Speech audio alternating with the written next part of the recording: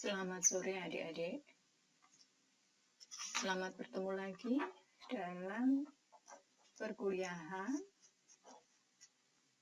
menulis akademik atau academic writing yang merupakan komponen dari course 2. Dalam perkuliahan ini, saya akan menyampaikan beberapa hal yang terdiri dari bentuk atau jenis naskah akademik, struktur penulisan naskah akademik, penggunaan bahasa dalam menulis naskah akademik, sitasi atau referencing, paraphrasing, dan plagiarisme.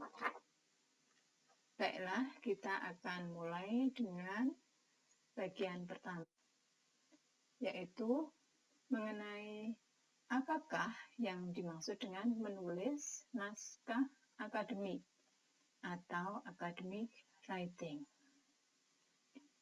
Penulisan naskah akademik adalah penulisan naskah yang mengikuti aturan tertentu yang bersifat baku, bertujuan untuk menyampaikan ide atau gagasan yang didukung dengan rujukan atau sitasi ide dari referensi. Nah, seperti apa kebakuan dalam penulisan naskah akademik ini? Ya, adik-adik nanti akan mengenal apa yang dimaksud dengan gaya selingkung atau format penulisan yang dipakai oleh masing-masing publisher yang menerbitkan naskah akademik. Jadi misalnya adik-adik akan menulis sebuah naskah. Kemudian naskahnya akan dikirim untuk dipublikasikan dalam suatu jurnal tertentu. Nah, masing-masing jurnal dia mempunyai format baku yang wajib diikuti oleh penulis yang akan memasukkan naskah ke jurnal tersebut. Nah, inilah yang dimaksud sebagai gaya selingkung. Nah, jadi aturan penulisan itu sifatnya baku mengikuti masing-masing gaya dari publishernya. Kemudian, dalam hal konten, maka academic writing ini selalu berhubungan dengan teori-teori yang berkaitan dengan berbagai proses atau fenomena dalam kehidupan. Bentuk penulisannya, naskah akademik ini bersifat sebagai paparan atau eksplanasi yang merupakan hasil dari eksplorasi mengenai suatu proses atau fenomena. Bisa jadi isinya adalah hasil studi pustaka, atau hasil dari eksperimen, atau hasil dari penelitian yang bersifat observasi. Nah, secara gramatikal, tata bahasa, naskah akademik ditulis mengikuti suatu kaidah baku terkait ejaan, gramatika, dan penulisan tanda baca. Bentuk-bentuk naskah akademik dapat kita kenal dalam berbagai bentuk, ya. Adik-adik sebagai mahasiswa kedokteran tentunya sudah mengenal banyak textbook, ya, buku teks atau buku ajar yang digunakan sebagai acuan dalam belajar. Ini merupakan salah satu bentuk naskah akademik. Kemudian tesis, skripsi, disertasi, ini juga merupakan bentuk naskah akademik. Selain itu ada artikel yang dipublikasi dalam jurnal, baik berupa esai atau review artikel maupun laporan atau report, atau juga sering dikenal sebagai original paper. Nah, dalam perkuliahan kali ini, saya akan membatasi untuk mengenalkan naskah yang berbentuk esai, review artikel, dan laporan atau report atau original paper.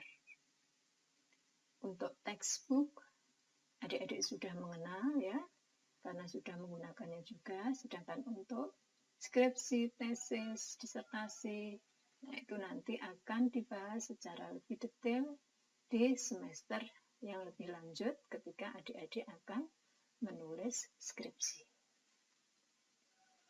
Nah, selanjutnya kita kenal struktur umum penulisan naskah akademik.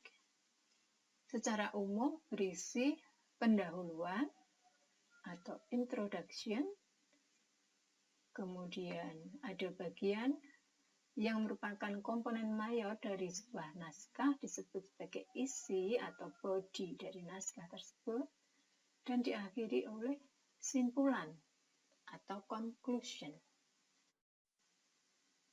Kita mulai dengan naskah yang berbentuk esai atau literatur review.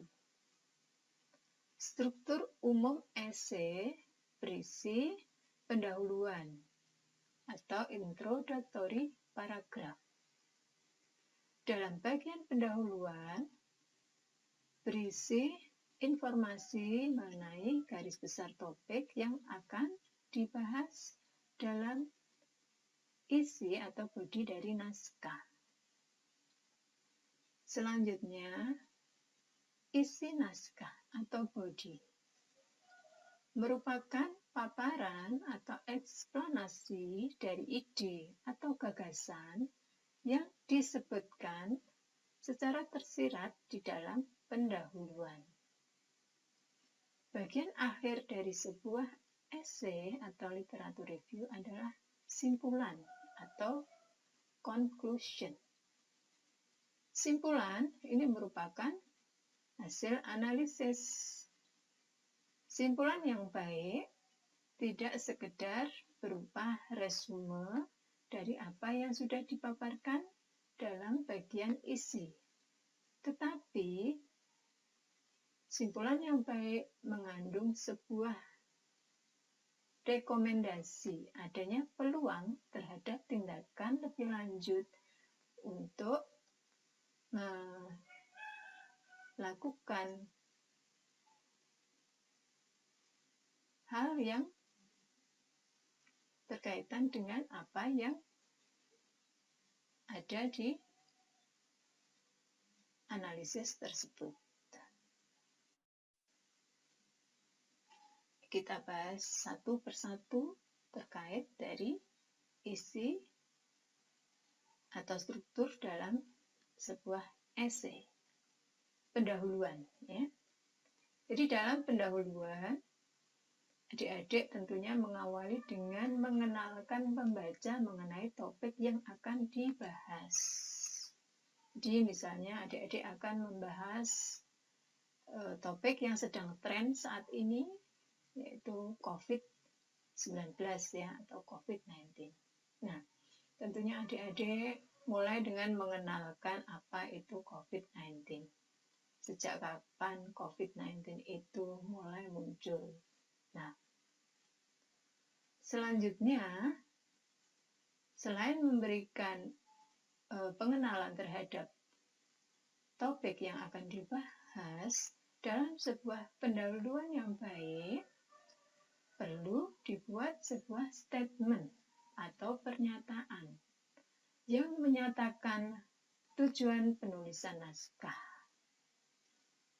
Nah, sehingga dengan adanya pernyataan ini, maka pembaca akan diberi gambaran di paragraf pendahuluan mengenai apa kira-kira isi dari naskah yang akan dibacanya.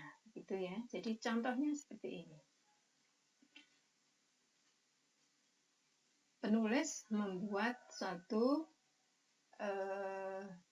kalimat yang memberikan petunjuk bagi pembaca mengenai apa yang akan dibahas di dalam naskah itu.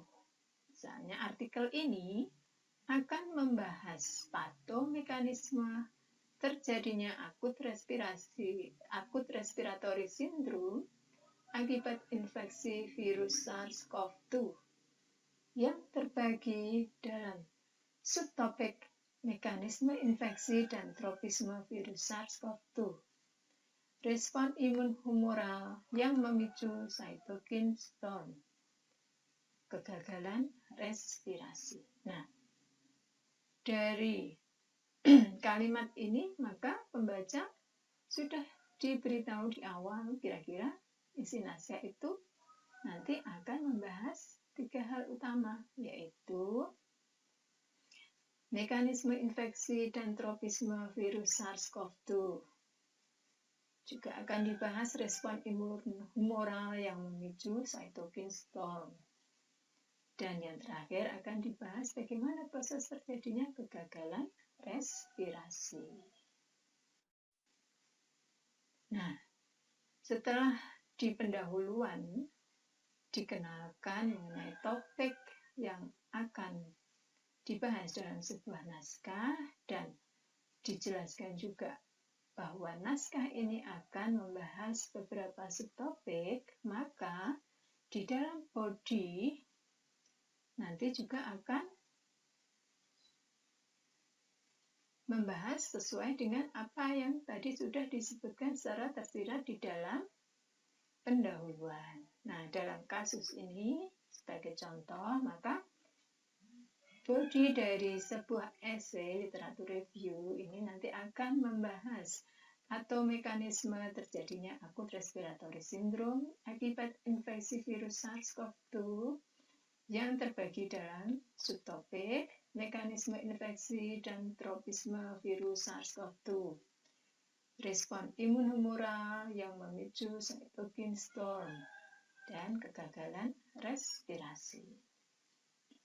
Nah, informasi yang ditulis di dalam body ini disusun dan selalu menggunakan rujukan ya sebagai sebuah referensi. Sehingga konten ini dapat dipertanggungjawabkan. Di bagian akhir adalah simpulan ya. Bagian akhir paragraf ini akan berisi simpulan yang bersifat prospektif.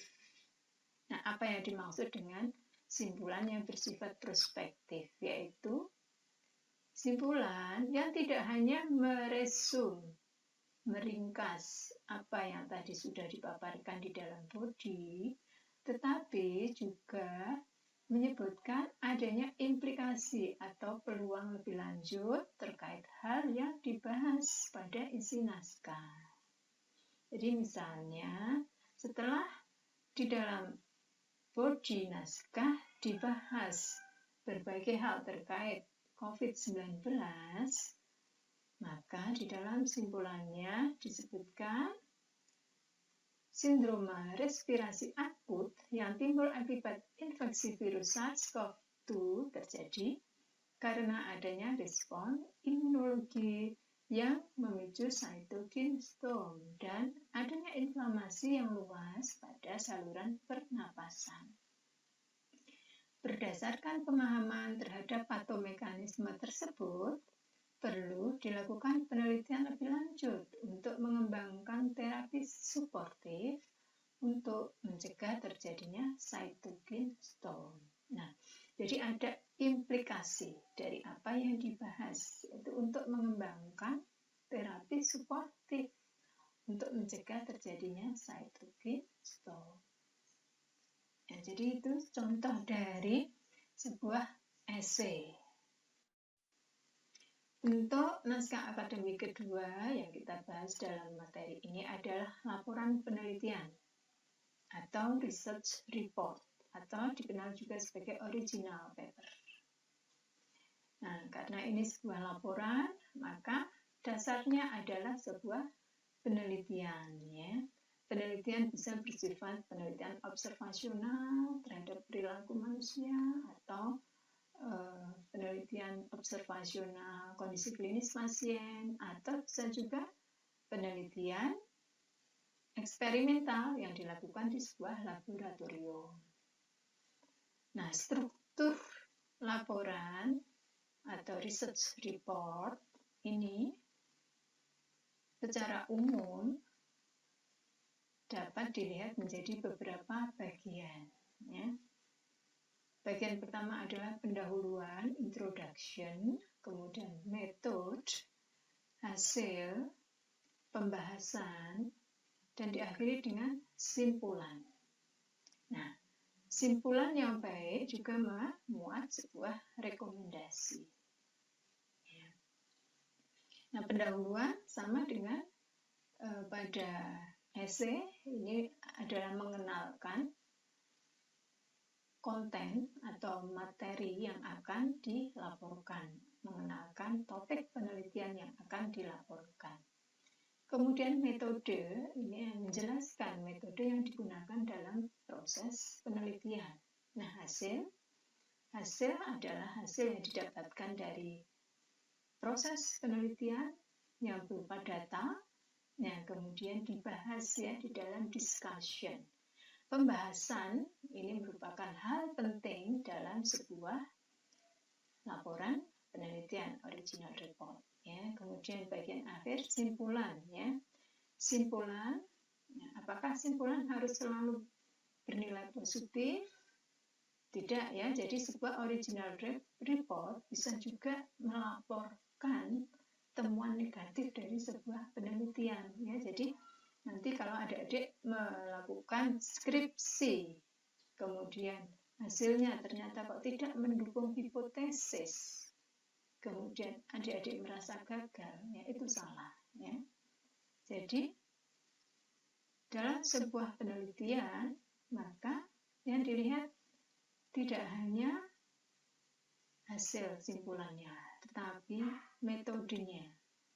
Nah, sepanjang adik-adik melakukan penelitian itu dengan metode yang benar, maka hasilnya, apakah hasil itu sifatnya mendukung hipotesis atau ternyata tidak mendukung hipotesis. Nah, itu merupakan data yang sangat berharga, sehingga pembahasan merupakan bagian penting dalam menginterpretasi data. Nah, oleh karena itu, sebuah laporan penelitian ini merupakan naskah yang menuntut akurasi data, kemudian metode yang benar, dan kejujuran dari penulisnya. Nah, ini nanti yang adik-adik lakukan pada tahap skripsi ya.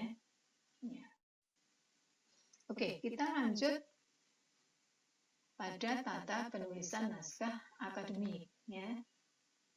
Menggunakan bahasa apapun, naskah yang akan kita tulis itu selalu harus mengacu pada tata bahasa baku ya.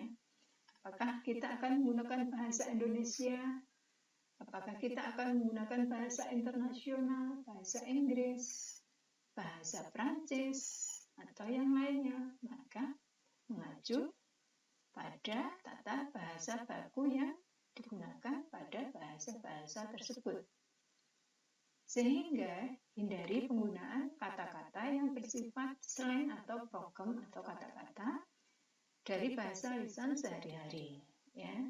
Kemudian tidak boleh menyingkat penulisan kata dan tidak boleh menggunakan tanda seru.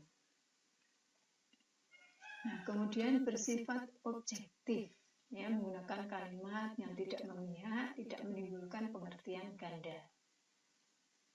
Oleh karena itu, selalu dianjurkan untuk menggunakan kalimat tunggal, ya, menghindari kalimat majmuk yang mungkin interpretasinya bisa menjadi interpretasi ganda.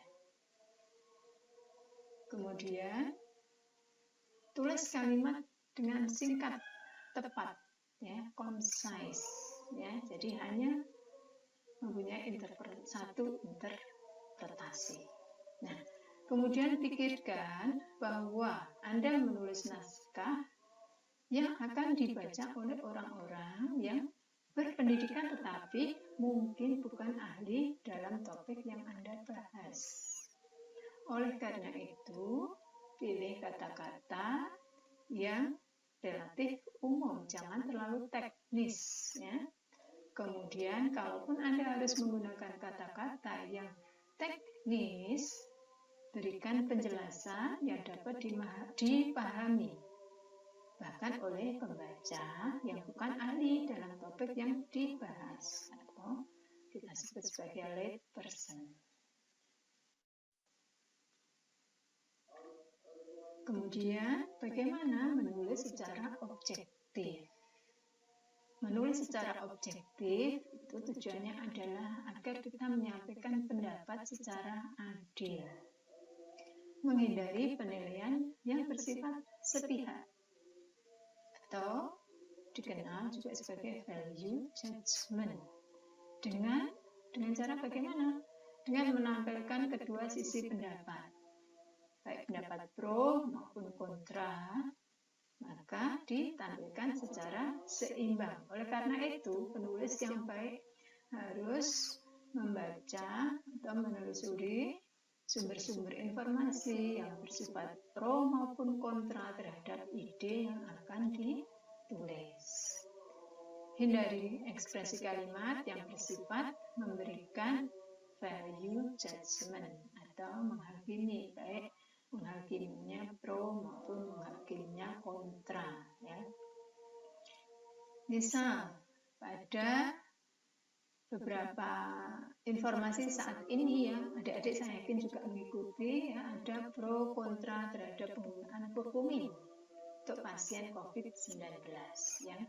Ada pendapat bahwa kurkumin akan meningkatkan ekspresi dari reseptor ACE2 gitu ya, sehingga akan meningkatkan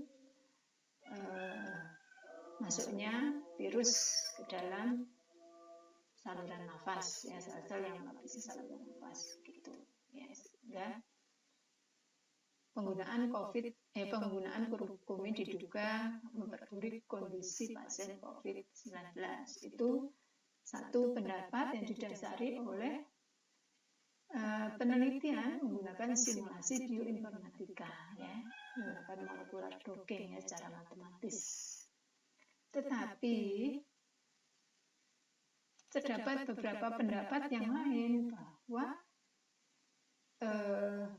penggunaan kurkumin mungkin justru akan memperbaiki kondisi pasien COVID-19 karena kurkumin mempunyai efek anti-inflamasi dan sebagainya.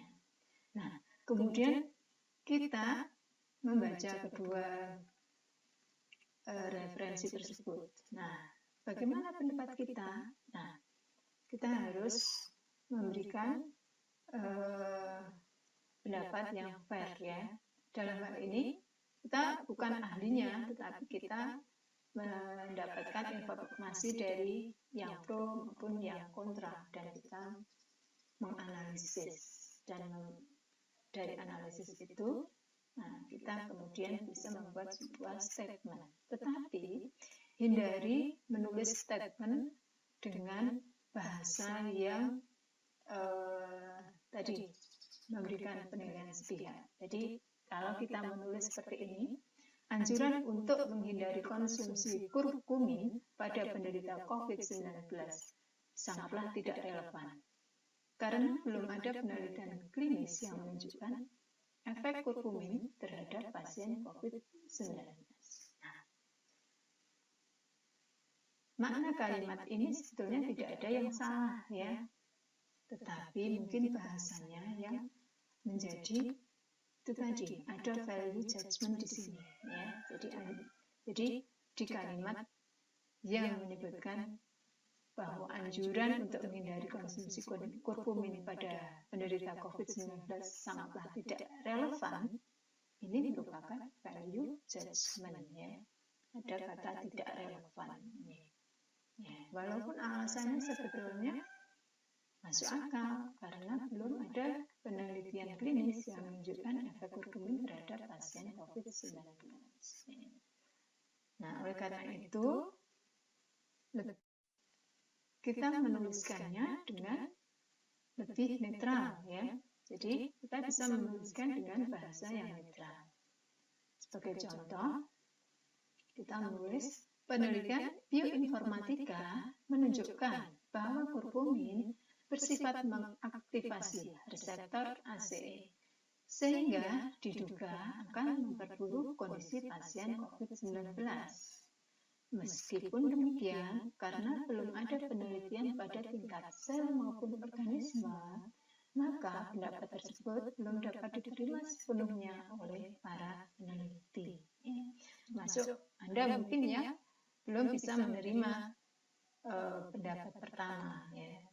Tapi di sini Anda menggunakan kata ganti para peneliti ini untuk menghindari value judgment secara subjektif ya. Kemudian selain menghindari kalimat yang bersifat value judgment atau menghakimi, kita dapat menulis secara objektif dengan menggunakan ukuran ya yang eksak. Jadi misalnya secara eksplisit kita sebut dengan angka. Jadi 10 itu kita gunakan, kita tidak menggunakan beberapa ya, karena kalau beberapa itu kan tidak jelas. Kemudian kita menggunakan proporsi secara jelas ya 70%. Ya, kita tidak menggunakan kata sebagian besar. Karena kan sebagian besar besarnya seberapa kan kita tidak tahu. Kemudian hindari penggunaan ekspresi kata yang berlebihan. Misalnya sangat, ironisnya, sungguh. Nah, ini yang memberikan interpretasi sebagai penilaian sepihak tentang sebuah ide. Kemudian, secara umum, penulis tidak boleh menggunakan kata ganti diri untuk menyatakan pendapat ya. Jadi, hindari penggunaan kata saya. Kemudian, jadi hindari menulis menurut pendapat saya. Ya, seandainya Anda mempunyai pendapat terhadap beberapa hal yang sudah dijelaskan oleh peneliti-peneliti yang lain yang Anda acu, maka Anda dapat menggunakan kalimat yang lebih netral. Misalnya, hal ini telah dijelaskan bahwa bla bla bla. Atau Anda menggunakan sitasi ya, misalnya Yuryanto tahun 2020 berpendapat bahwa bla bla bla. Itu lebih netral ya. Netralitas orang penulis itu akan menjadi hal yang baik ya untuk menjaga diri dari problem, karena ketika kita berinteraksi dalam masyarakat akademis, maka pasti ada problem yang harus dihindari. Nah, termasuk netralitas ini merupakan cara untuk menghindari problem terhadap perbedaan pendapat. Kemudian kita harus menulis apa yang kita rujuk itu dengan tepat ya, concise ya. Nah, caranya kita melakukan paraphrasing untuk menyampaikan informasi yang dirujuk dari naskah publikasi atau buku itu secara tepat ya. Jadi kita baca dengan sungguh-sungguh informasi dari sebuah naskah. Kalaupun naskah itu berbahasa asing, translasinya juga harus benar.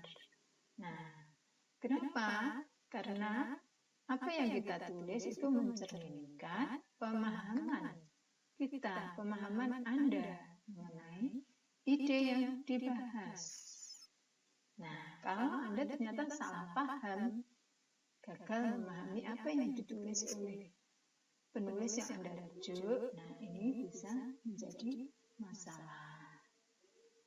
Nah, caranya gunakan kalimat tunggal ya, untuk menghindari pengertian ganda. Kemudian hindari penggunaan kalimat yang bersifat majemuk. Nah, kita kemudian sampai pada materi terkait rujukan atau referencing. Nah, salah satu ciri naskah akademik adalah disusun berdasarkan informasi yang merujuk pada naskah yang telah dipublikasikan atau merujuk pada buku teks.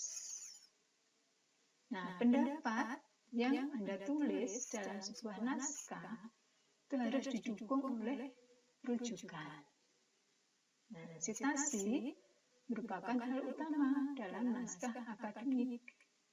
Sitasi menunjukkan bahwa Anda telah membaca naskah yang menjadi referensi Anda dan mengerti ide pokok yang ditulis oleh penulis naskah yang Anda rujuk.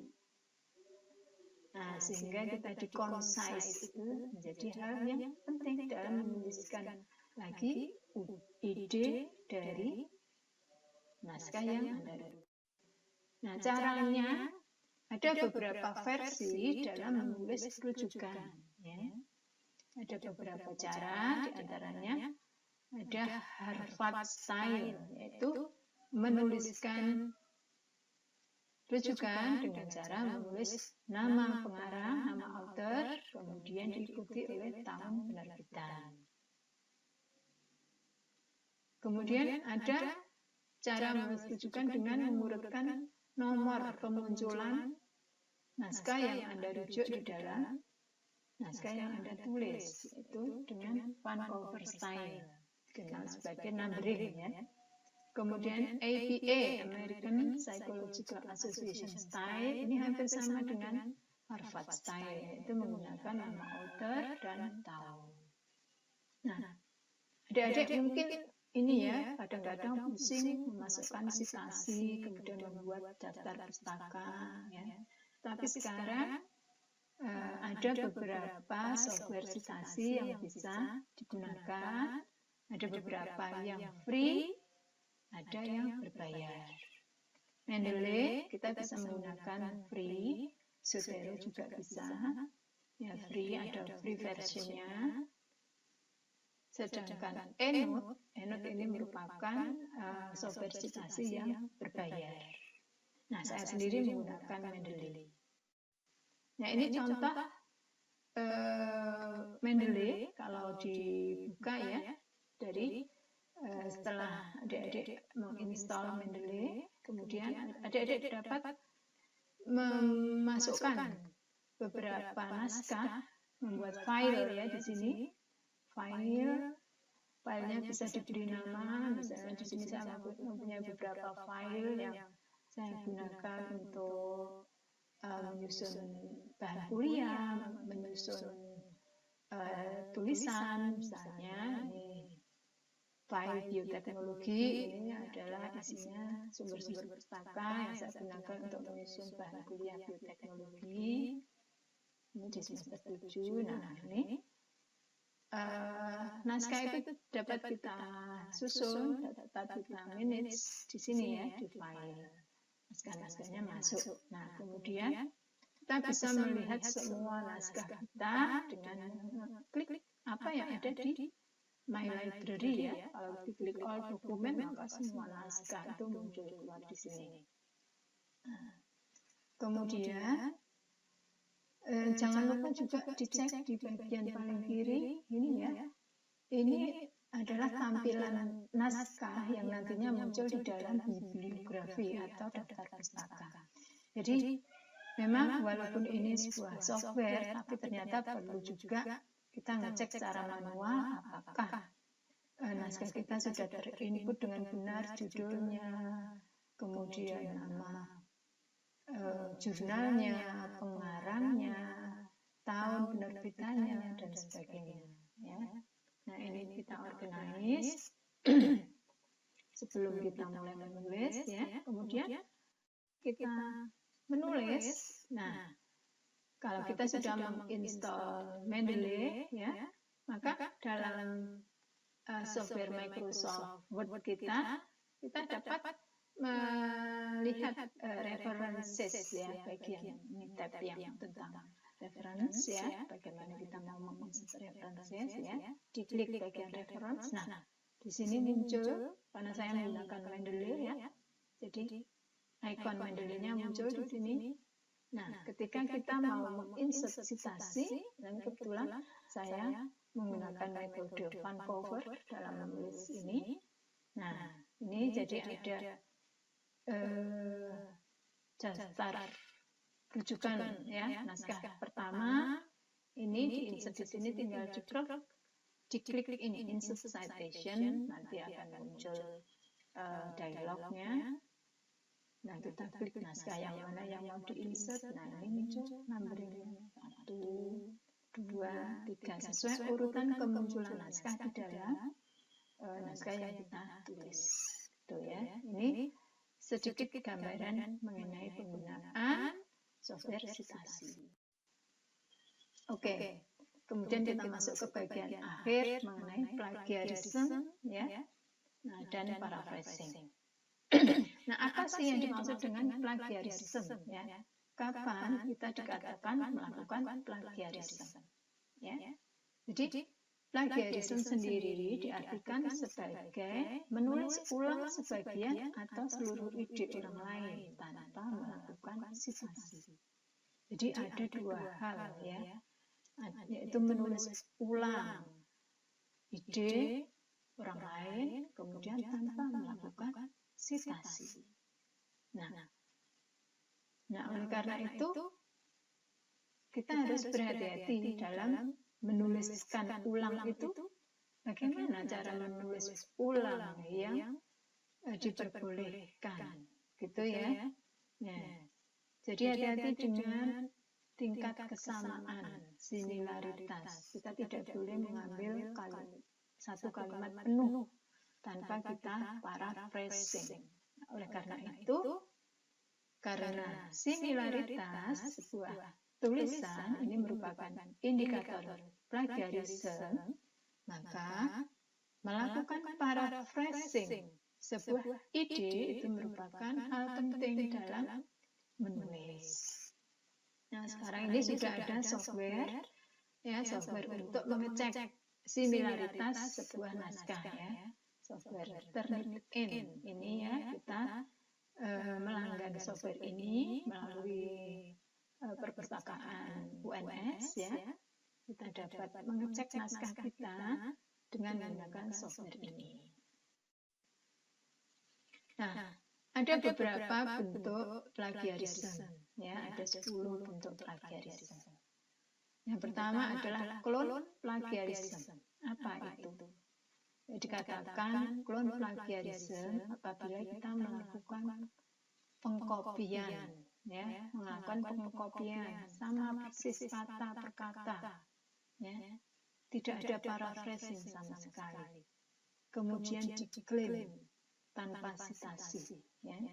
Nah, ini sangat fatal ini ya, sudah menggunakan kata per kata persis, tidak ada paraphrasing, kemudian tidak ada citasi lagi ya. Nah, yang nomor 2 adalah remix plagiarism.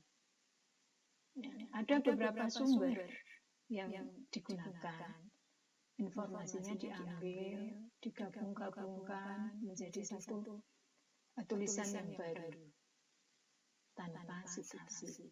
Ya. Nah, walaupun tulisan yang dihasilkan seolah-olah baru ya, tapi karena ide awal dari apa yang ditulis itu sudah pernah dipublikasi orang lain, maka ini termasuk pencurian plagiarism ya, sehingga disebut sebagai remix plagiarism. Kemudian Ctrl C plagiarism ya, jadi kita melakukan Ctrl C, copy aja, copy teks tanpa mengubahnya ya.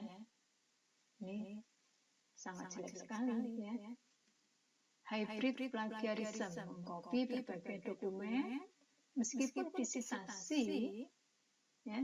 Jadi kayak yang nomor 2 tadi, dia melakukan remix ya, walaupun disitasi tetapi mungkin kalimat yang digunakan masih sama. Jadi seperti mengclipping beberapa kalimat menjadi satu gitu ya. Ini tidak ada paraphrasing di sini. Kemudian yang nomor 5, find replace plagiarism. Ya, ini sudah berusaha merubah kata kuncinya ya. Kata pokok yang ada di dalam naskah rujukan sudah dirubah, tapi ini juga merupakan plagiarisme ya. Karena sebuah kata itu kan bisa mempunyai banyak padanan kata. Nah, kita tidak cukup hanya mengganti padanan kata tanpa mengubah kalimatnya ya. Ini merupakan plagiarisme. Bahkan di sini tidak dilakukan citasi juga. Kemudian recycle plagiarism. Recycle, kita menggunakan lagi naskah kita. Naskah kita sudah dipublikasi ya. Sudah dipublikasi, disubmisi banyak orang. Nah, kemudian karena lama tidak mempunyai data, lalu kita tulis lagi naskah itu. Nah, itu tidak boleh juga ya. Jadi memplagiasi naskah kita sendiri itu tidak boleh. Nah, apakah kita tidak bisa menggunakan ide dari naskah kita sendiri? Bisa, tetapi lakukan citasi dengan benar dan tetap paraphrasing ya. Tidak boleh menggunakan kalimat yang sama. Kemudian yang nomor 7 adalah mess up plagiarism. Ya, ini mengcopy berbagai dokumen, kemudian menggabungkannya menjadi satu naskah. Tidak ada citasi. Nah, ini juga sangat berat ini. Ya. Seperti pada remix tadi, ya, kemudian remix, Ctrl C tadi ya. Kemudian yang nomor 8, ini penulis sudah melakukan penggabungan beberapa dokumen, kemudian mungkin sudah ada paraphrasing dan mencoba berupaya melakukan citasi, tetapi citasinya tidak akurat. Jadi ini sering terjadi pada naskah skripsi ya, misalnya menulis biar kelihatan bahwa rujukannya itu banyak gitu. Kemudian rujukan-rujukan yang dari naskah yang sebelumnya dirujuk itu dimasukkan semua. Gitu, ya. Jadi padahal dia hanya sebetulnya membaca satu naskah, tapi satu naskah itu merujuk ke banyak naskah yang lain. Nah, rujukan di naskah yang dari yang dia rujuk itu dimasukkan semua. Nah, ketika dicek untuk ide yang disitasi, ternyata tidak pas.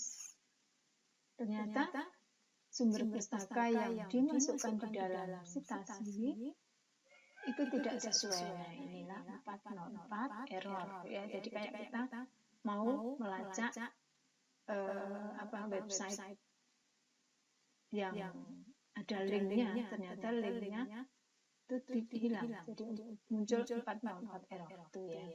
Nah, jadi melakukan citasi tetapi tidak tepat, tidak akurat.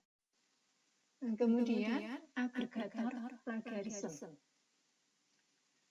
Nah, pada kasus ini dokumennya ditulis dengan citasi yang baik, tetapi tidak menunjukkan originalitas naskah yang baru. Ya. Jadi mungkin kalau jurnal-jurnal yang akreditasinya tinggi itu ya sangat mengenali ini dan terjadinya agregator plagiarism ini. Reviewernya mengecek dengan teliti tulisan itu dan mencari originalitasnya di mana gitu ya. Nah, biasanya agregator plagiarism ini sih mungkin masih terjadi pada naskah-naskah yang dikirim pada jurnal-jurnal yang baru-baru awal mulai gitu ya. Sehingga ini terkait dengan kualitas naskah. Kemudian retweet plagiarism. Naskah ditulis dengan melakukan citasi yang baik, tapi masih serupa dengan naskah yang dirujuk sebagai sumber pustaka yang diindikasikan dari kesamaan kalimat yang digunakan. Jadi similaritasnya tinggi. Jadi misalnya kalimatnya tidak diparafrase. Nah, oleh karena itu, untuk menghindari plagiarisme sangat perlu dilakukan paraphrasing. Nah, paraphrasing adalah teknik menulis kembali ide yang dirujuk dari naskah orang lain yang telah dipublikasikan dengan struktur kalimat yang berbeda. Tapi kita tidak boleh mengubah ide yang diaju, harus tetap sesuai, konsis, benar, tepat, ya. Bahwa misalnya yang diaju itu A, kita tulis sebagai A juga, jangan melenceng. Nah, oleh karena itu, untuk menghindari plagiarisme selalu lakukan paraphrasing dan lakukan citasi. Karena dengan mensitasi kita memberikan pengakuan terhadap ide orang lain. Ya, ini merupakan upaya untuk menghargai karya orang lain. Ya, demikian materi untuk menulis akademik dari saya. Kalau ada hal-hal yang ingin ditanyakan, adik-adik silakan bertanya. Kita akan bertemu dalam kuliah online ya dengan media WhatsApp. Ya, jadi adik-adik cukup menuliskan saja pertanyaan-pertanyaan. Nanti saya akan merespon juga melalui WhatsApp group. Ya, terima kasih. Selamat berkarya bagi adik-adik ya, karena mungkin di tahun ini kita akan diminta untuk berkontribusi dalam program kreativitas mahasiswa PKM. Nah, adik-adik dapat mulai berkontribusi di situ, mulai berusaha menulis, berkolaborasi dengan kakak tingkat. Demikian dari saya, terima kasih. Semoga bermanfaat.